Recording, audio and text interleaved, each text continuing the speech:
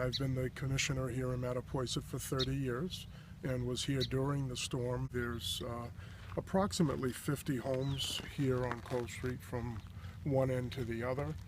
And out of all of the homes, only 3 or 4 were actually remaining after the storm was done.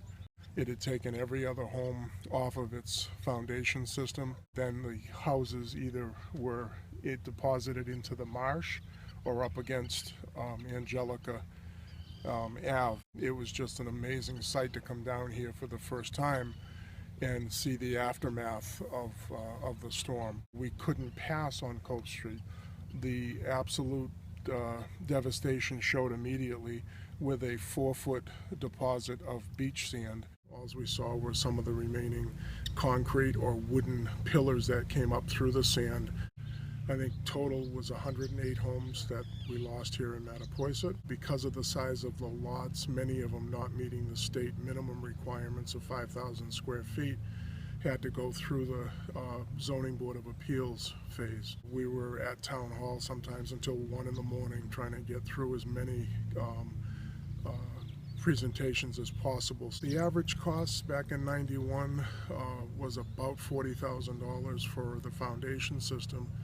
And then however large the home was, costs were about $60 a square foot. The elevation of their homes had to be approved by the zoning board. This is typical construction of all the homes down here on concrete columns. Right behind me and stacked up to the edge of the Blacktop Road was a massive pile of all of the debris. They had to bring in backhoes and cranes to remove all of the debris.